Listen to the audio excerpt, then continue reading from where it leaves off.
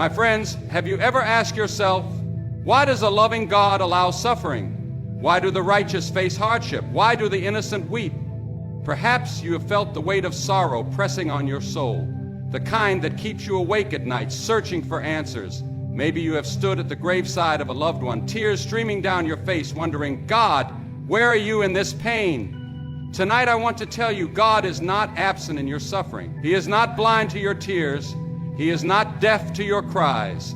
No, my friend, He is near, He is working, and He is speaking to us, even in the valley of our deepest sorrow. This message is for those who have ever questioned, ever doubted, ever felt abandoned in their suffering. And I urge you, stay with me tonight, because by the end of this message, I pray you will see that suffering is not the end of the story. God has a purpose, He has a plan, and He has a promise for you that will change the way you see your pain forever. My friends, we don't have to look far to see that suffering is all around us. It's in the hospitals where loved ones battle disease. It's in the streets where the hungry go unfed. It's in the hearts of those who have lost someone dear, those who feel the crushing weight of grief and despair. And I know some of you here tonight are carrying burdens that no one else sees. You smile on the outside, but inside your heart is breaking. You wonder, why? Why does a loving God allow this pain? I want to tell you the truth, straight from God's Word. Suffering was never part of God's original design. When He created the world, He called it good. There was no death, no disease, no sorrow. But something happened. Sin entered the world. The moment Adam and Eve disobeyed God, everything changed. Sin brought brokenness. It brought pain. It brought suffering. And we, all of us, have inherited a world that is now marred by sin's curse. Now, I know what some of you may be thinking, but why does God allow it to continue? Why doesn't He just put an end to all this suffering right now? My friend, God is not the author of evil, but He has allowed free will. He has allowed mankind to make choices. And the truth is, much of the suffering in this world is caused by the choices of people. Wars are waged because of greed and power. Families are torn apart because of anger and selfishness. Injustice happens when men turn their hearts away from God. And yet, even in a world filled with pain, God is still at work. He has not abandoned His creation. He has not abandoned you. The Bible tells us in Romans 8:22, we know that the whole creation has been groaning as in the pains of childbirth right up to the present time. This world is groaning, my friends. It's longing for redemption. And that groaning, it's a sign that something greater is coming. Just like a woman in labor feels the pain before the joy of birth, this world is experiencing suffering before the full glory of God is revealed. What we see now is not the end of the story, it's only the beginning. You see, suffering is a reminder that this world is not our home. If everything here were perfect, we would never long for something more. We would never lift our eyes to heaven. But God allows us to feel the weight of a broken world so that we might seek Him. He doesn't want us to be comfortable in sin. He doesn't want us to settle for temporary pleasures. He wants us to desire the eternal, the everlasting, the things that can never be taken away. And listen to me. God is not distant in your suffering. He is not sitting far off, unmoved by your pain. No, my friend, He is near. The Bible says in Psalm 34:18, the Lord is close to the brokenhearted and saves those who are crushed in spirit. If you are hurting tonight, He is right there beside you. If you feel abandoned, He is reaching out His hand. He is the God who sees, the God who knows, and the God who cares. Maybe you've been asking, where is God in my suffering? I tell you, He is in every tear you cry.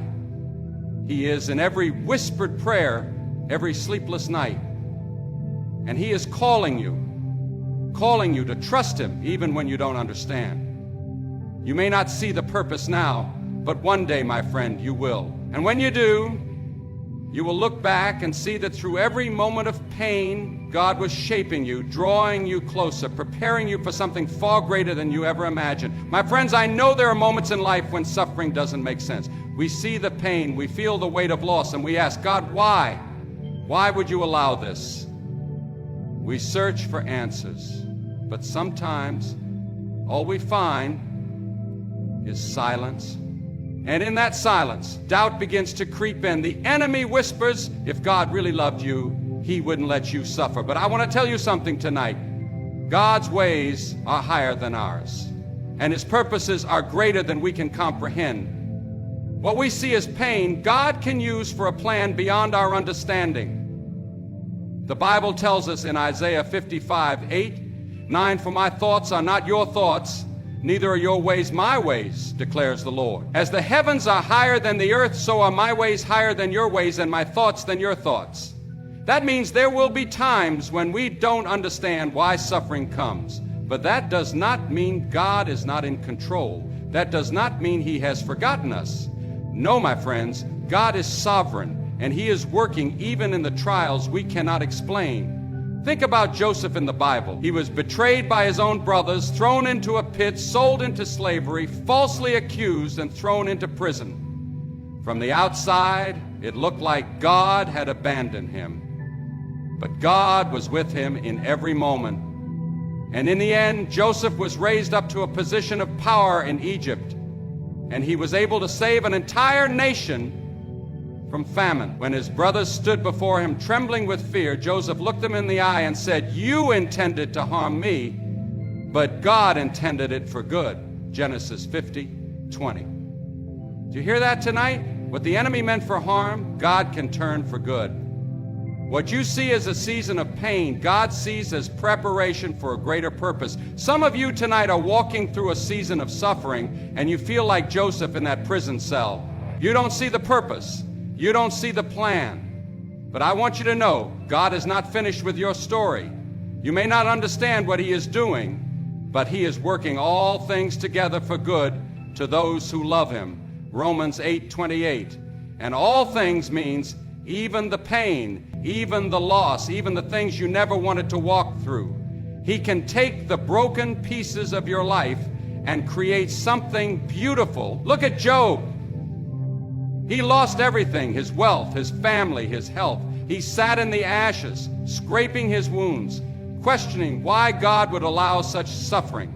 And yet in the end, Job saw that God had never left him. He declared, "My ears had heard of you, but now my eyes have seen you." Job 42:5.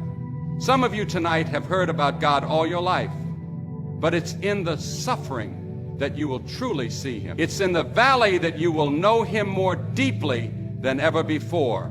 My friends, when we suffer, we have a choice. We can turn away from God in bitterness, or we can trust that he is doing something we cannot yet see. We can believe that he is using this trial to strengthen our faith, to shape our character, to prepare us for something far greater. We can believe that what the enemy meant for destruction, God is turning into a testimony of his power and grace. I know some of you tonight are asking, but why doesn't God just remove the suffering? Why doesn't he take it away? My friends, sometimes God calms the storm, and sometimes he lets the storm rage while he calms his child. Sometimes he delivers us from the fire, and sometimes he walks through the fire with us. But he never, never leaves us. And if you will trust him, even in the suffering, you will one day look back and see that he was there all along, working out his perfect plan. There are moments in life when suffering feels unbearable, when the weight of sorrow presses down so heavily, it feels as if we might break beneath it. Maybe you've felt that kind of pain, the kind that leaves you on your knees, tears in your eyes, asking God, "Where are you?" Maybe you've cried out in the darkness, only to feel like heaven is silent. But I want to tell you something tonight. God is not far away. He is not distant. He is near to the brokenhearted, closer than you could ever imagine. You see, suffering has a way of drawing us to God like nothing else can. When life is easy, when everything is going well, it's easy to forget how much we need him. It's easy to rely on our own strength, our own wisdom. But when the storms of life come, when our hearts are shattered, we begin to realize that we are not enough on our own. And in those moments, God whispers, "Come to me." In those moments, he reminds us that he is our refuge, our strength, our ever-present help in times of trouble. The Bible tells us in Psalm 34:18, "The Lord is close to the brokenhearted and saves those who are crushed in spirit." Think about that for a moment. God doesn't turn away from the hurting. He moves toward them. He doesn't ignore the cries of the weary. He listens, and he doesn't just stand by and watch. He reaches down with his mighty hand to lift us up. Some of you tonight feel abandoned, but I tell you, God is closer than the very breath in your lungs. You may not feel him, but he is there. You may not hear him, but he is speaking. He is not a God who leaves his children alone in their suffering. He is the God who walks through the fire with them. Look at the life of David. He was a man after God's own heart, yet he knew suffering well. He was hunted, betrayed, rejected. He spent nights hiding in caves, crying out to God, asking why. And yet, through it all, he wrote words that still echo in our hearts today. Even though I walk through the valley of the shadow of death, I will fear no evil, for you are with me. David understood something that we must hold on to tonight. God does not promise that we will never walk through valleys, but he does promise that we will never walk them alone. And I tell you, it is better to be in the valley with God than on the mountaintop without him. Some of you are in that valley right now. You are facing trials that you never expected, pain that you never thought you would have to endure. Maybe you've lost someone you love. Maybe you're battling sickness. Maybe your heart is heavy with burdens no one else can see, and the enemy is whispering, "You are alone, God has forgotten you." But hear me tonight. That is a lie from the pit of hell. You are not alone. The God of all creation, the one who formed the heavens and the earth, is standing beside you right now. He is holding you, strengthening you, carrying you through the storm. And my friend, there is something else that suffering does. It deepens our relationship with God in a way that nothing else can. When we have nowhere else to turn, when we have exhausted our own strength, we finally learn to lean fully on him. We begin to trust him, not just in the good times, but in the darkest moments. We begin to see him not just as a distant God, but as a loving Father who walks with us every step of the way. And it is in that place of surrender, in that place of desperation, that we experience his presence in a way we never have before. Some of the most powerful testimony, the greatest faith, is often forged in the fire of affliction. And if you let him, God will use your pain to bring you into a deeper relationship with him. He will take what the enemy meant for harm and use it to strengthen your faith. He will take the tears you have cried and turn them into a testimony of his unfailing love. And one day, my friend, you will look back and realize that in the moments when you felt the most broken, God was doing his greatest work in your life. My friends, there are moments in life when the weight of suffering feels too heavy to bear. The trials come like waves, one after another, and we wonder if we'll ever make it through. Some of you here tonight are in that place. You've prayed for relief, but the pain remains. You've asked God for answers, but all you hear is silence. And in those moments, the enemy whispers, "You are weak. You will never overcome this." But let me tell you the truth. The trials you are facing right now are not meant to destroy you.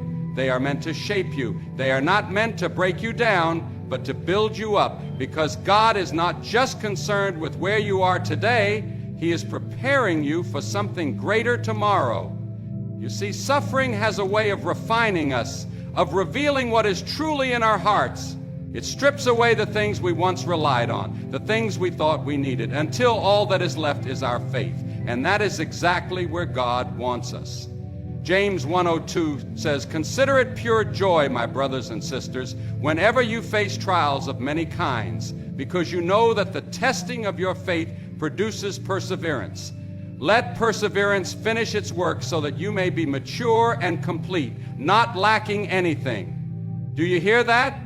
Trials are not meaningless. They are doing something in you. They are making you stronger, wiser, more like Christ. But we must let them do their work. We must not fight against the process, but trust that God knows exactly what he is doing. Think about gold. Before it becomes something beautiful, before it shines, it must go through the fire. It must be refined. And that fire burns away every impurity, every weakness, until only the purest gold remains. My friend, you are that gold. And the trials you are walking through right now, they are the fire. But they will not consume you. They will not destroy you. No, they will refine you. They will strengthen your faith. They will prove that what God has placed in you is real, that your trust in Him is not just words, but unshakable truth. And some of you might be thinking, but I don't feel strong, I feel weak. I feel like I can't take one more step. And I want to tell you, that is exactly where God does His greatest work. Because when you are weak, He is strong. 2 Corinthians 12:9 says, "My grace is sufficient for you, for my power is made perfect in weakness." Do you see it? It is in your weakness that His strength is revealed. It is in your brokenness that His power is made known. If you could handle everything on your own, you wouldn't need God. But suffering teaches us to depend on Him completely, to lean on Him in ways we never have before, and that is a gift. Look at the life of Paul. Here was a man who endured shipwrecks, beatings, imprisonment, hunger, persecution, and yet he never wavered in his faith. He didn't see trials as punishment, he saw them as preparation. He saw them as part of God's plan to make him into the man he was called to be. And because of that, he could say with confidence, "I have learned the secret of being content in any and every situation." Philippians 4:12. That kind of faith is not built in comfort. It is built in hardship. It is built in the moments when we choose to trust God, even when we don't understand. Some of you are walking through a season of suffering, and you don't see how anything good can come from it. But I tell you tonight, God is using this to strengthen you. He is using this to deepen your faith, to prepare you for a purpose greater than you can imagine. If you will hold on, if you will trust Him, you will come out of this fire stronger, wiser, and more unshakable in your faith than ever before.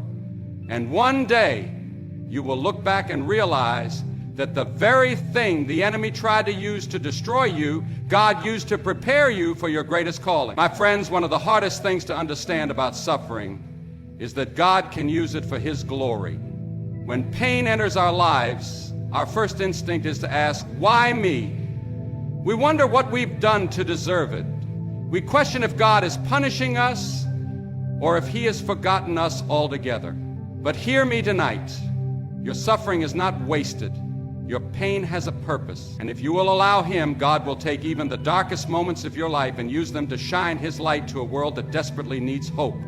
Think about the story of Lazarus. He was sick. His sisters, Mary and Martha, sent word to Jesus asking Him to come quickly, but Jesus didn't come right away. He waited, and in that waiting, Lazarus died. When Jesus finally arrived, Martha said, "Lord, if you had been here, my brother would not have died." John 11:21. How many times have we felt like that? Lord, if you had been here, this wouldn't have happened. If you had answered my prayer, I wouldn't be suffering right now. But Jesus looked at Martha and said, "Did I not tell you that if you believe, you will see the glory of God?" John 11:40. Then He walked to the tomb, called Lazarus out, and a man who had been dead for 4 days came back to life. And do you know what happened? People who had doubted, people who had questioned, people who had not believed in Jesus saw this miracle and put their faith in Him. The suffering of Lazarus, the sorrow of Mary and Martha, it all led to the glory of God being revealed. Some of you tonight are walking through a Lazarus moment.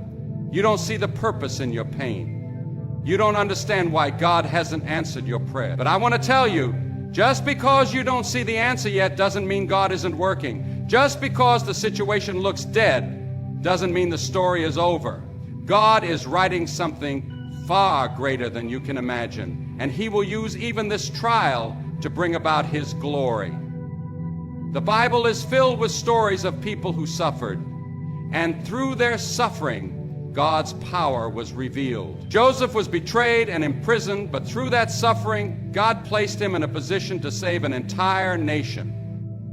Job lost everything, yet in his pain, he discovered a deeper revelation of God's faithfulness. Paul was beaten, shipwrecked, and thrown into prison, but even in chains, he declared, "I have learned to be content whatever the circumstances." Philippians 4:11. How could these men endure such hardship and still trust God because they knew the truth. Suffering is not the end of the story. It is the place where God's glory is revealed. And my friends, it's not just in the Bible. Look at your own life. Some of you have walked through things that should have destroyed you. Some of you have endured loss, sickness, betrayal, but you're still here, you're still standing, and whether you realize it or not, your story is a testimony to the power of God. There are people watching you, family members, friends, co-workers, who see your faith in the midst of suffering, and it speaks louder than any sermon ever could. When they see you hold on to God in the storm, when they see you trust Him in the fire, they begin to wonder if maybe, just maybe, this faith you have is real. And that, my friends, is how God's glory is revealed, through suffering. Maybe you feel like your pain is too great, your trial too overwhelming. Maybe you think God could never use what you've been through for anything good. But let me tell you something. God specializes in taking what the enemy meant for harm and turning it for good. He takes broken things and makes them beautiful. He takes shattered hearts and fills them with His love. He takes the darkest moments of our lives and uses them to shine His light. And one day when you stand before Him, you will see that every tear you cried, every trial you endured, every moment of suffering, it all had a purpose. It all brought you closer to Him, and it all revealed His glory to a world that so desperately needs to see it. My friends, suffering is not the end of the story. I know there are moments when it feels like the pain will never end, like the darkness will never lift. There are times when the weight of sorrow presses down so heavily that you wonder if you will ever breathe freely again. But let me tell you something tonight. This is not where your story ends. The suffering you are facing today is not the final chapter of your life, because with God there is always hope.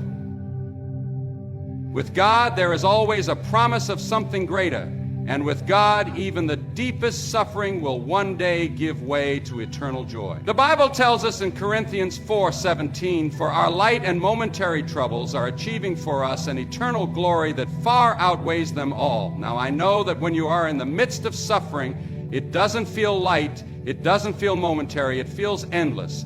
But what God is saying here is that compared to the glory that is coming, compared to the eternity that He has prepared for us, the pain we endure in this life is small. It doesn't mean our suffering isn't real. It means that something greater is ahead. Something that will make every tear, every hardship, every trial fade away in the light of His presence. I want you to think about this for a moment. The world we live in is broken. It is filled with sickness, pain, and death. But this world is not our home. This life is not all there is. God has promised that one day He will wipe away every tear from our eyes. One day there will be no more pain, no more death, no more sorrow. Revelation 21:04 says, "There will be no more death or mourning or crying or pain, for the old order of things has passed away."